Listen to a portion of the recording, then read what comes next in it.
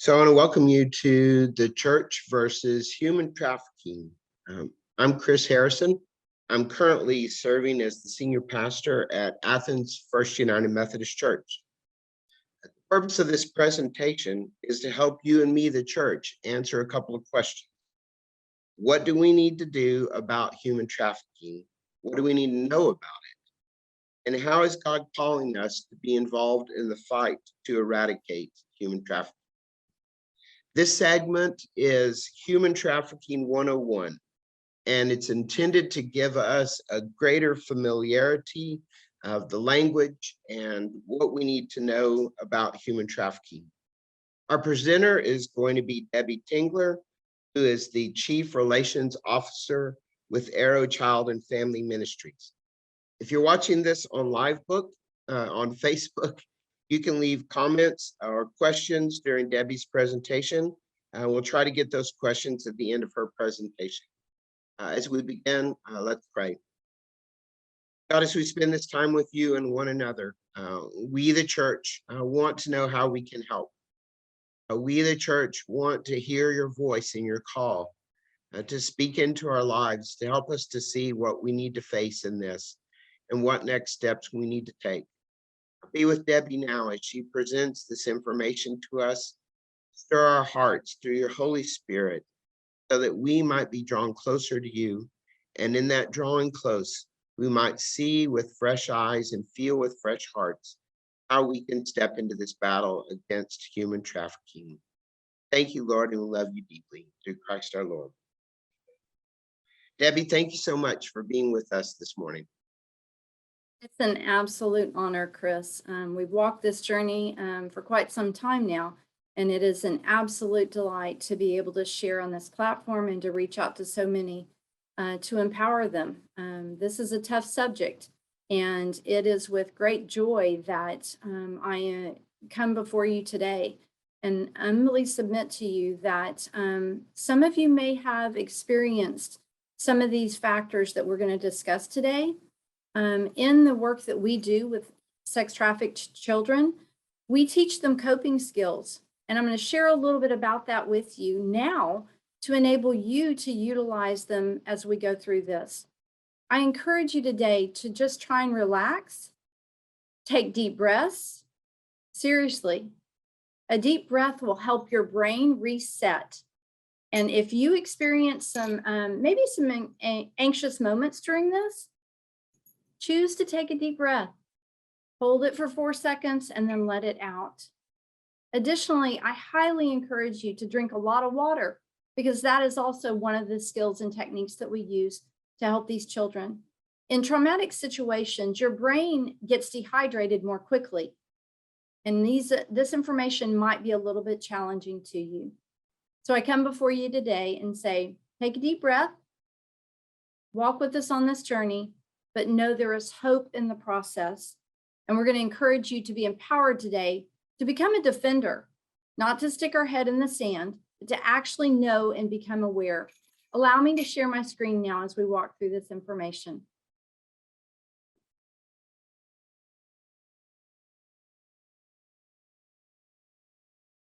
I am, as Chris said, the Chief Relations Officer with Arrow Child and Family Ministries. It's just an incredible joy.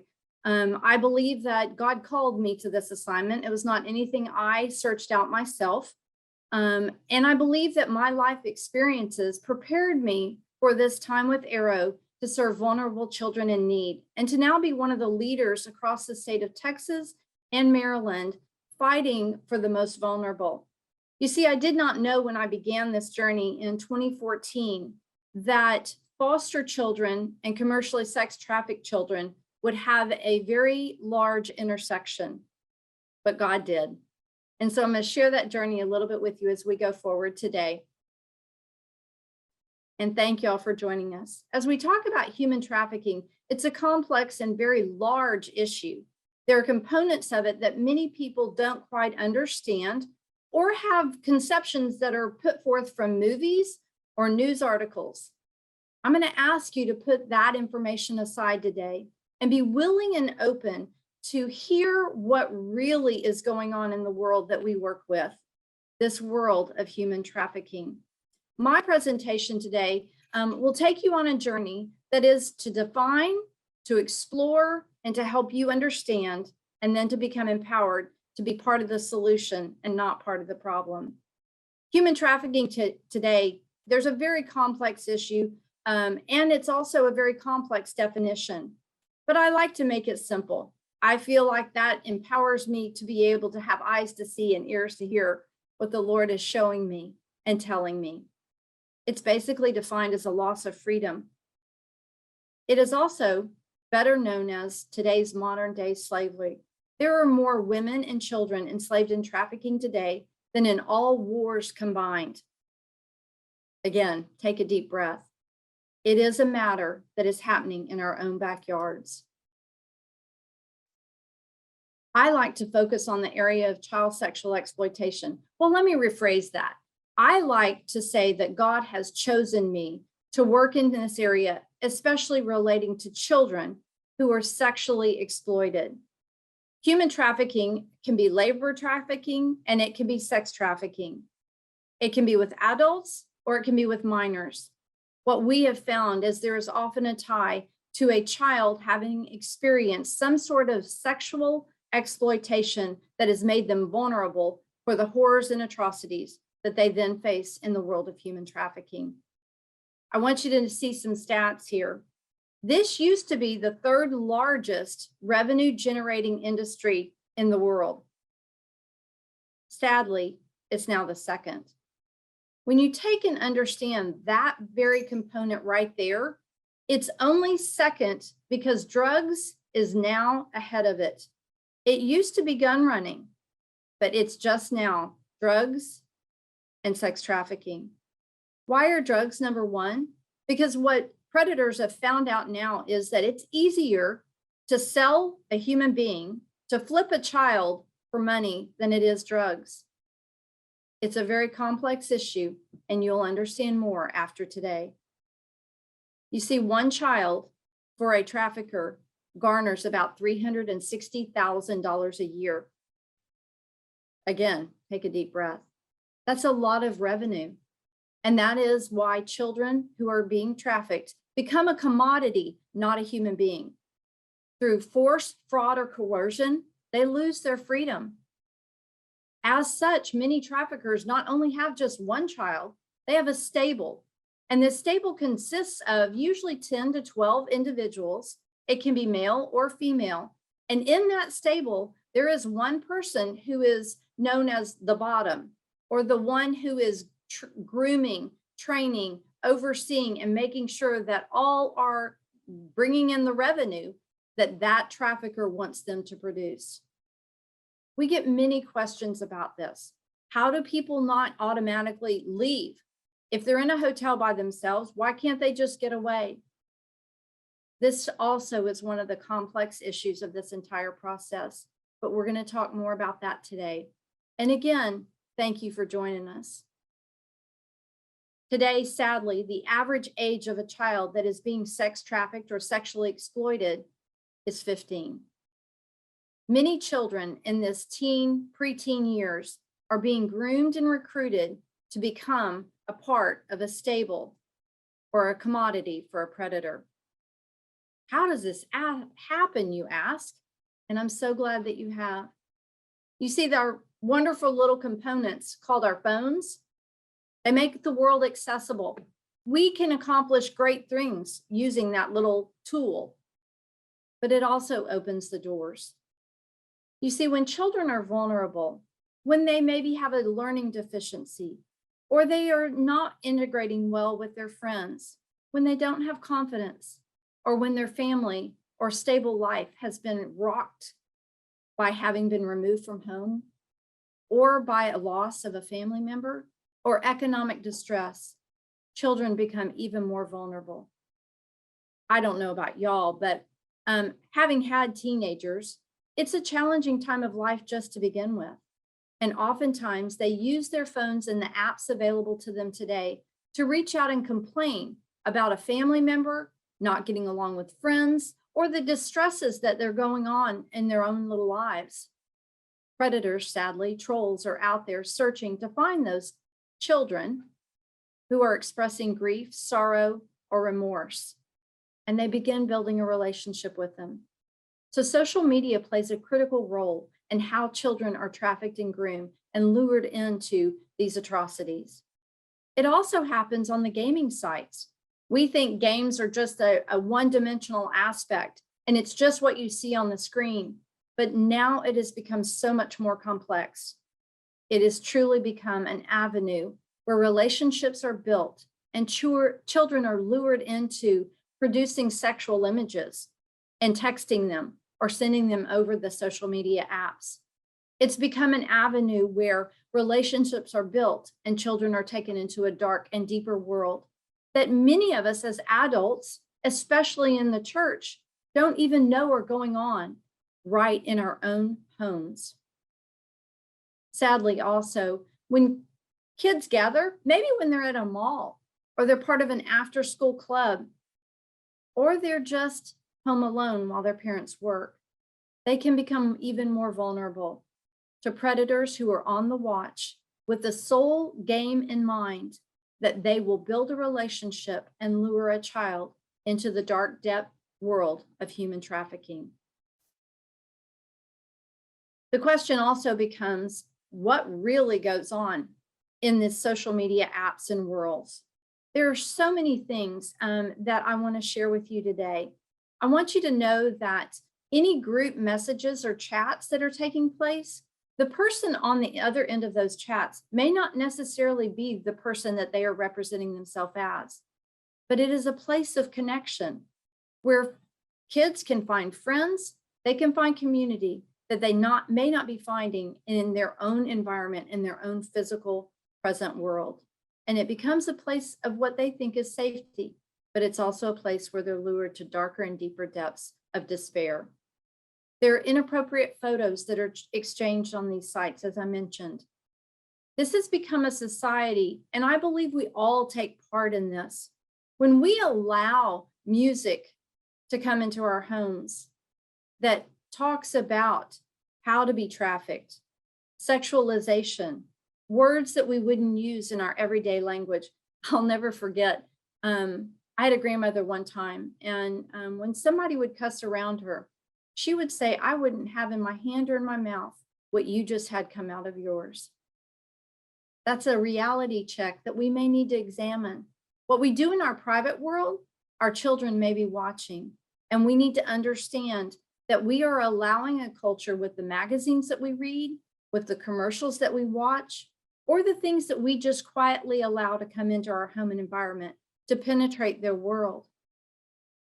You see, there's a saying too that says, evil persists when good men do nothing. I personally believe the church has a responsibility to step up.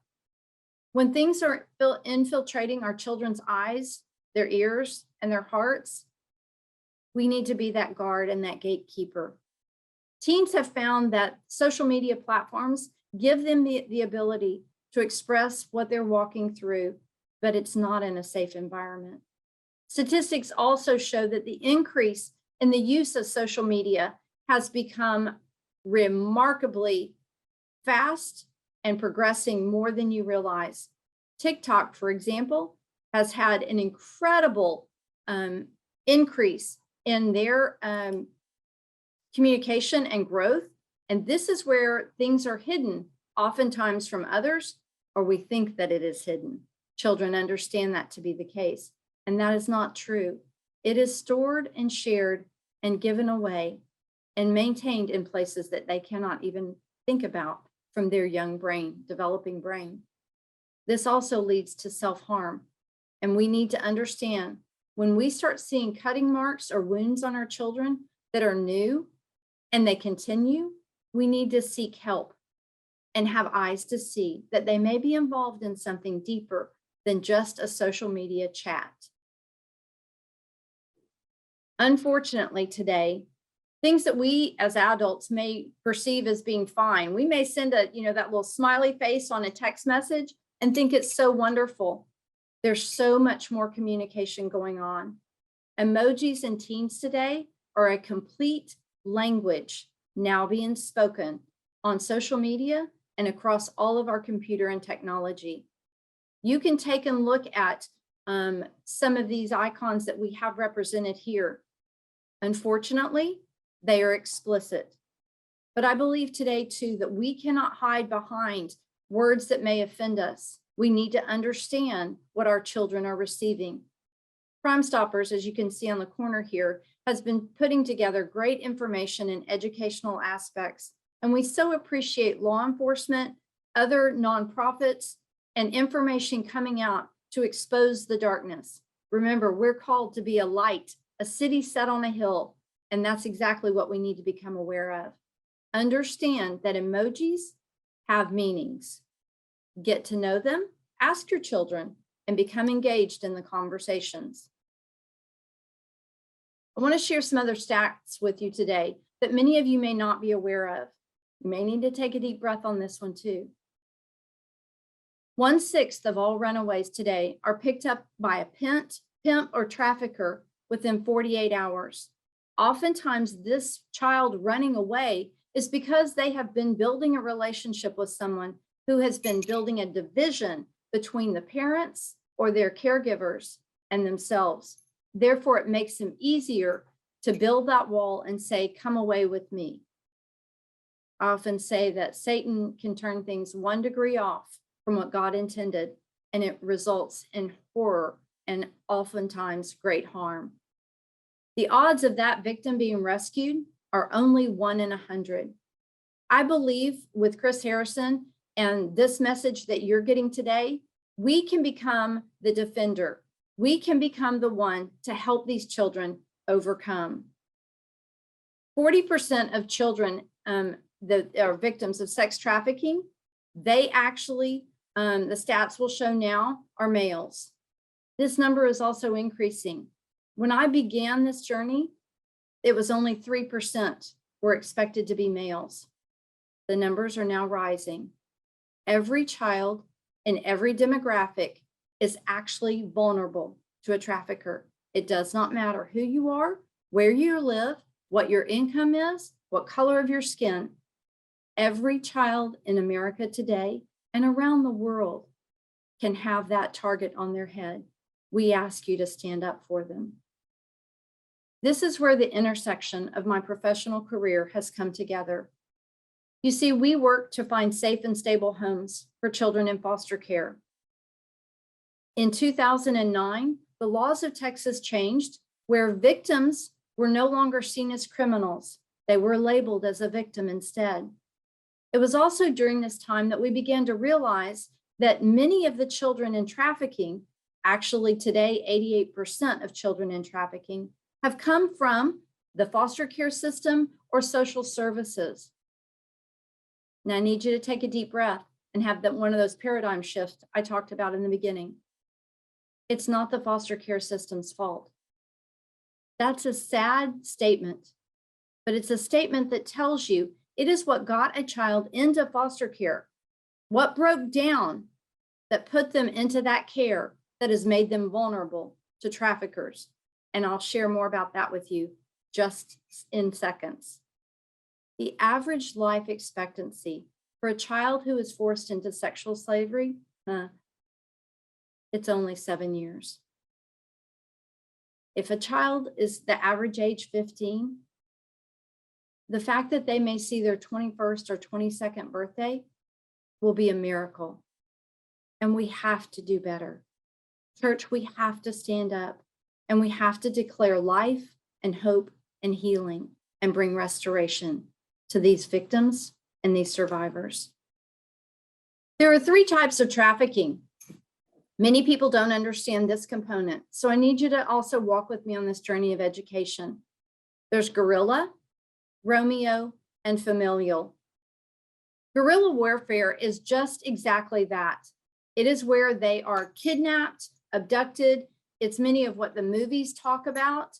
We have worked with children who have had just that experience, but it is not the largest number of children in that realm at all. Then we have Romeo relationships that are built. I will tell you this is one of the most common, and we'll discuss that in a moment. This is actually where trauma bonding comes into play as well. Then there's familial trafficking. My friends, this breaks my heart, but this is the largest number and increasing the most rapidly over both of the other areas. When a family member or a known person actually is the one who is trafficking their child. Take a deep breath. Mothers and fathers today are taking those beautiful gifts they've been given and selling them for sex. I could tell you stories and testimonies. They're sad and they're desperate. But I want to talk for a moment a little bit more about the Romeo relationship. This is especially pertinent to the church. This is not what God designed for our children to be sold and trafficked as a sexual commodity. That was not his design for love. It was not his design for value, and it was not his design for belonging. But Houston, as we know, there's a problem. You see, what Satan has done is taken what God designed and he's turned it 1 degree off. We know that 1 degree off, you will never reach your destination. So let me explain this to you. I believe that we've been given 3 things that we need to thrive. In society today, if you look at successful adults, this is probably where they have achieved. When they've achieved these 3 things, it's how they really reached their successful destination. Everybody needs to be loved, to be valued, and to belong. I use the icons, and this was given to me back in 2001. Everybody needs a baby blanket. You need to know that you are loved unconditionally, and you have a safe place for that, to be loved. It's not available to every child today, unfortunately. God intended us to have that. He says that he loved us so much that he gave us his only begotten son. I say that's where the value is, and that's where you get a blue ribbon. He would have done that for you if you had been the only one. But you see, children today oftentimes don't feel valued, and they search everywhere to find it. Social media, pictures, images, and some even traffickers. I think the Bible goes on to say that when Jesus laid down his life for us, he did it because he valued us.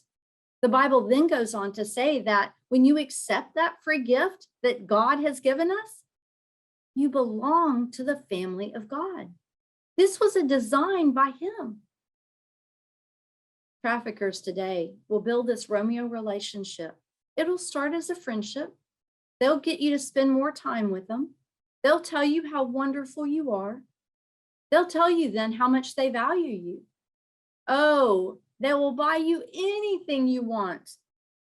You will be important to them. They'll give you leadership roles, responsibilities they know you can handle. Come away with me. I'll spend time with you. I'll love you when nobody else does, and I will take care of you. Sadly, that is just a trap. They will then go on to say that you'll belong to me so much so that I will brand you or tattoo you, and nobody else can have you. I want y'all to know that children today are being branded and tattooed in ways to identify them as property. Those branding and tattoos can be inside their lips, around their eyes, in their hairlines, or in their private parts.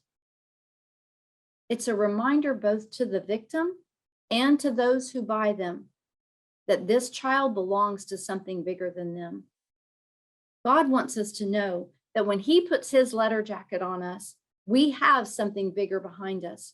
If you don't believe me, watch a young girl in a high school hallway. When she gets a letter jacket of that quarterback of the football team, her posture is taller, her shoulders go back farther, and she can stand against anything coming against her. Children who are vulnerable to traffickers, unfortunately, are looking for that letter jacket. And sadly, a trafficker will wrap something around them that is one of desperation and horrors, not of beauty and of love. Those tattoos, the brands, the Romeo culture trauma bond that they put on them lures them in and pulls them out and makes them most vulnerable to being their prey. But God is faithful and he will work for their freedom, and we can as well. I talked about the intersection between foster care and sex trafficking. We know that vulnerable children are most easily preyed upon by traffickers. I want to share with you a stat that shows that this is the time for us to arise. These are children without placement in the foster care system, meaning they don't have a safe, loving home to seek refuge or to heal. The numbers have been staggeringly increasing. As you can see, in January of 2021, there were about 183 children spending 2 nights or more in a CPS, Child Protective Services office. And they are there because of the trauma they have experienced in their own home. Sadly, today, well over 400 of these children are sleeping 2 nights or more in a hotel or CPS office. We need help. We need homes. We need safe, loving places for these kids to land. The average stay for a child now in this is 18 days. And ladies and gentlemen, church, these kids are between the ages of 11 and 17. Remember, I told you the average age is 15. These are our most vulnerable children who are looking to find a baby blanket, a blue ribbon, and a letter jacket. I think it's the church's responsibility to stand up and say, we will care for these kids and we will help put a stop and an end to these atrocities. One of the other things that has been most staggering and alarming to me is the place and the location that is #1 in the nation for these horrors to take place. Houston, this incredible city that I live in, is sadly a place where children are easily trafficked, removed from their homes, and put into horrors and atrocities that are undescribable. We used to vie back and forth with Atlanta, but with our ports, our highways, our byways, domestic children are being trafficked in our own backyards. Now, don't give up hope, but learn some more stats. Today, in the sex trafficking world, in Texas alone, it is estimated by a research study done by the University in Texas that there are more than 79,000 children and youth who are being sex trafficked. This was before the border crisis. These numbers were done in 2019 on the precipice of that crisis. It is now estimated that there are over 313,000 victims of human trafficking, labor, and sex in the state of Texas. And ladies and gentlemen, we've got to fix this crisis. Most commercial sexual acts happen in a hotel or motel, according to the Polaris Project, but that's not the only place that it happens. Children can be lured away from their home. There can be trafficking done in many different places, and children don't necessarily have to walk the streets for that to take place. But I want you to know that you need to keep your eyes open and be aware of what's going on in your neighborhood. New hotels and motels, they need to know that you are fighting against trafficking. They need to know that you are being on a watchful eye. You need to know where your children are going, and if they are having Visa cards, extra Visa cards, or changes and upgrades in clothes showing up around them, teachers need to know these things as well, because children often will pay for a hotel or motel with a Visa card. They will also begin to acquire, and their trafficker may buy them much more nice things than they're normally accustomed to lure them in and keep them in this. The numbers are across the nation. As I told you earlier, no one is exempt. Rural, urban, wealthy, poor. Everyone in America needs to be aware that a child could be trafficked here today. I don't want you to lose heart. There is hope. Guess what that hope is? It's you and me. We need to know our ABCs. And like I say, we need to do something about it. Become aware. Talk to your friends, family, colleagues, coworkers, social clubs. Invite people in to be able to share the stats and data and to open our eyes as to what's taking place right in our own backyards. Know the red flags. Know that a child who moves often, very nervous, has an older boyfriend who exchanges sex for money, even in the school bathroom. Yes, you heard me, even in the school bathroom, even as young as elementary school. If they don't have an authority figure or someone who is making sure they do their homework or gets a good night's rest, they become vulnerable, and it should be a red flag to us. If they're afraid of the police or they have few personal possessions, if there's some questions that just don't quite add up, begin to look a little closer. As a mom and a female, I believe that I have the gift of intuition. And when I feel that hair on the back of my neck rise up, I know that I need to pay a little bit closer attention and to begin to understand what actually is going on, possibly to help save a child. I've been involved in many rescues in a 4-star hotel, at an event where I was one of the speakers. I've been involved in it in travel across the world. But I decided to be a defender, and I'm asking you to be one today too. If you have a business, a hotel, or you know people that do, go to thecode.org. Actually look at the contracts and agreements that you can establish to be able to operate and bring safety and awareness to that operation or a business. The governor has done an incredible job of creating TBAT, Texas Business Against Trafficking, and getting a certification. The governor has also created a faith-based component, which everyone who walks in faith, I encourage you to be a part of. It's the governor's response against child exploitation. You may go on his website and look for more information or reach out to us here to gain that access. Pray for everyone and every component of this. It's hard work and there's much healing that has to be done. When you see something, say something. It is so incredible to be able to be part of the solution and not part of the problem. I'm just going to say right here that if you're involved in pornography, you need to stop. Simple and bold, because pornography involves children. And I've been told by an FBI officer that any arrests that they make now, pornography has been involved. Many times that's one of the ways that children are lured in, by having a modeling career. Become a defender of these kids and say no more to pornography, and get help if you are engaged in that. You will hear more in this series about ways to do that, but there are great components to be able to, and organizations that can help you get the help you need. If you're a member of society, you have a responsibility to look out for the least of these. Join the code. Go to trafficcam.com and download an app that you can put on your phone and help turn social media and apps into a good thing.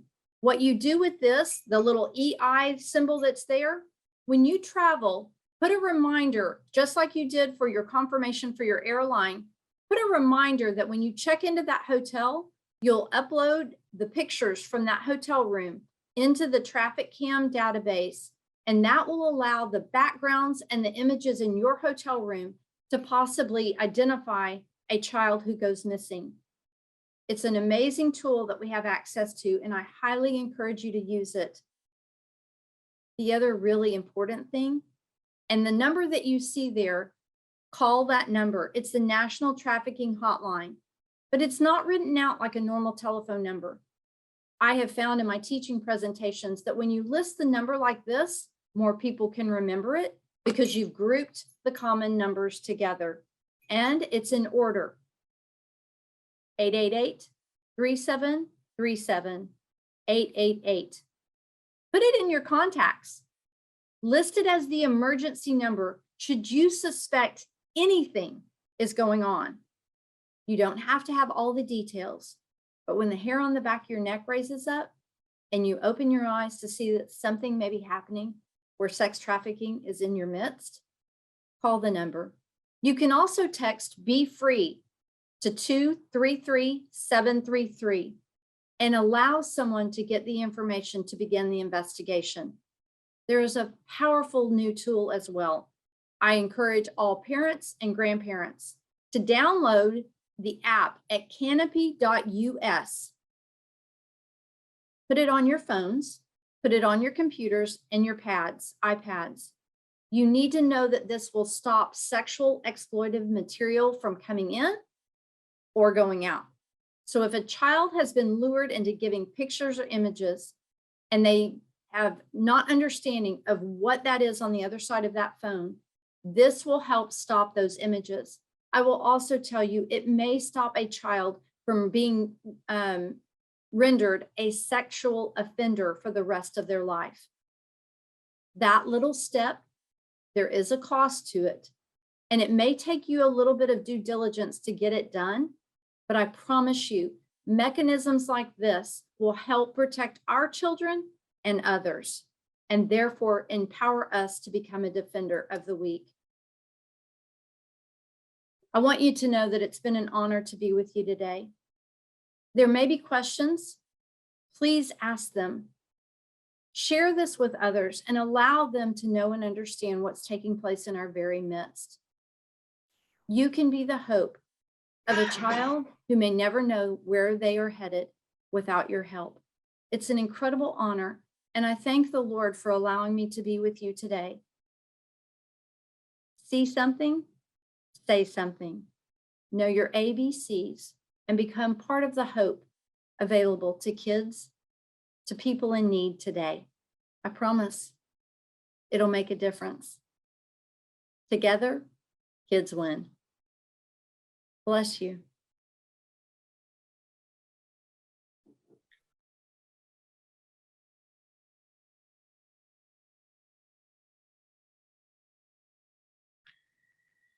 Debbie, thank you so much. I knew that when putting these presentations together that I wanted your voice to be a part of it. You have an incredible way of conveying very hard information to us. In fact, I have to admit, I was tearing up some as many times as I've heard this. So I've been taking deep breaths and drinking water like you advised. My prayer is that what you've shared with us today, which I truly believe for the glory of God, that people will be able to take some of this information and use it so that as the church rises up, that we can take some of the steps that you shared with us. I really appreciate your voice in this, and I appreciate all the hard work that you do in this field. And I'm so thankful for you. I cannot thank you enough, Chris. This is a message for such a time as this. You have become a defender. You and your precious wife and your family have walked out becoming defenders of the weak. And God is calling us. I didn't ask for this job. I did say yes to him. And these are his children. And with his love extended, and with the verse that with him all things are possible, I believe that we can put an end to these atrocities right here, right now. God calls Houston to tough things, always and again. And this is another one of them. But he also says that Houston is a place to connect the world. And I believe that that is one of our assignments, to do this and to bring awareness, to be the light in the darkness. And I sincerely thank you for the opportunity, my friend. Bless you. And I know that you may not be watching this from Houston. This can be our frame of reference, but wherever you are, you're dealing with some of these same dynamics. And throughout the other presentations, you'll be hearing that as well. Again, thank you, Debbie. This recorded presentation will be present later. You'll see a loop slide on that in just a moment.